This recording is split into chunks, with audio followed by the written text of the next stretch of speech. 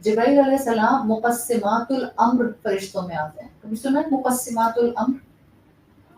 4 फरिश्ते हैं अल्लाह ताला के among all the angels। 2 इनमें से जिंदगी देने वाले हैं, 2 इनमें से मौत से रिलेटेड, मुक़स्सिमातुल अम्र। इन चारों में टॉप क्वालिटी जिब्राइल अलैहिस्सलाम, यानी जिब्राइल अलैहिस्सलाम को आप हमेशा हाईएस्ट मुकाम पर देखेंगे। देखें, जिब्राइल अलैहिस्सलाम का ताल्लुक जिंदगी देने वाले फरिश्तों में है। कैसे? जिब्राइल अलैहिस्सलाम तमाम रसूलों और अंबिया को अल्लाह का पैगाम पहुंचाते थे। कल का कॉन्सेप्ट क्या था? अल्लाह का पैगाम इज लाइफ, तो जिंदगी देते थे। जो अल्लाह की वही से जुड़ जाता है, he actually gets the right essence of life, meaningful life। जिब्राइल अलैहिस्सलाम तमाम अंबिया तक अल्लाह का पैगाम पहुंचाने वाले। Is this the only responsibility of Jibrail? अच्छा, जिब्रील और जिब्राइल दोनों प्रोनाउंसिएशन ठीक है। बाज़ लोग गलती निकाल रहे होते हैं, आपने जिब्राइल कह दिया, जिब्राइल नहीं है, जिब्रील है। जिब्राइल कहें या जिब्रील कहें, दोनों तलफ़ुज़ ठीक है।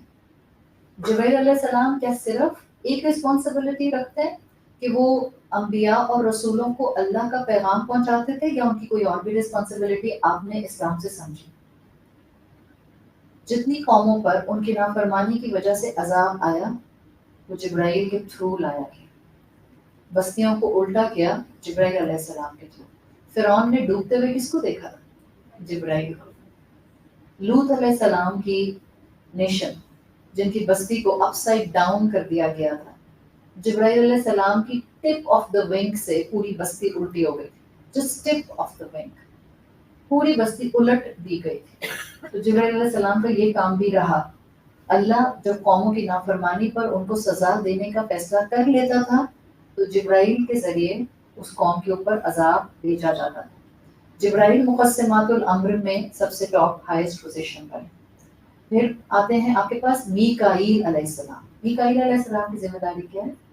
बारिश, बादल, ये सारी वेजिटेशन जितनी उगती है। That's why he is linked with life, because बारिश आपकी जमीन को जिंदगी देती है।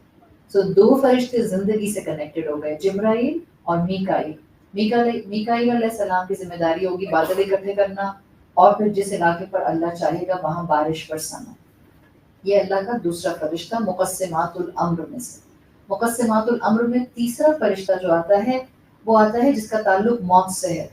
हम अक्सर इज़राइल अलैहिस्सलाम कहते हैं, बट अहादीस में आपको इंटरेस्टिंगली इज़राइल का लफ्ज नहीं मिलता है।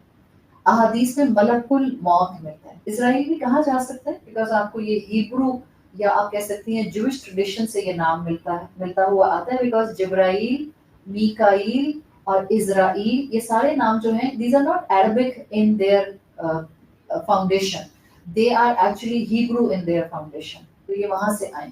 तो इस्लाम में जो तीसरा मुक़स्सिमातुल अम्र फरिश्ता है, वो मलकुल मौत है, जिसको आप इज़राइल के नाम से जानते हैं।